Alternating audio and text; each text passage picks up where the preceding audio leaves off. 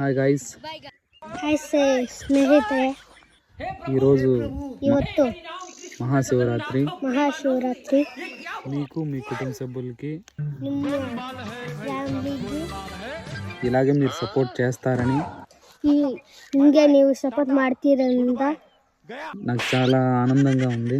ನನಗೆ ತುಂಬ ಖುಷಿಯಾಗಿದೆ.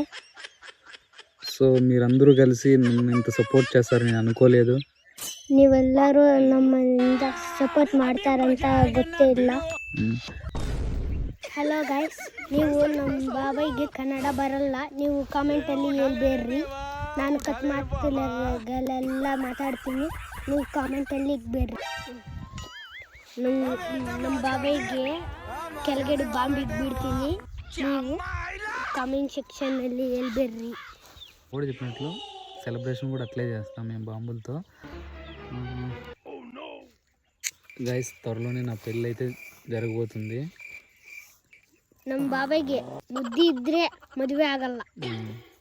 పెళ్ళికి ఒక 50 లక్షలు ఏమో ఖర్చు అవుతుంది అనిపిస్తుంది గైస్. యాక్చువల్గా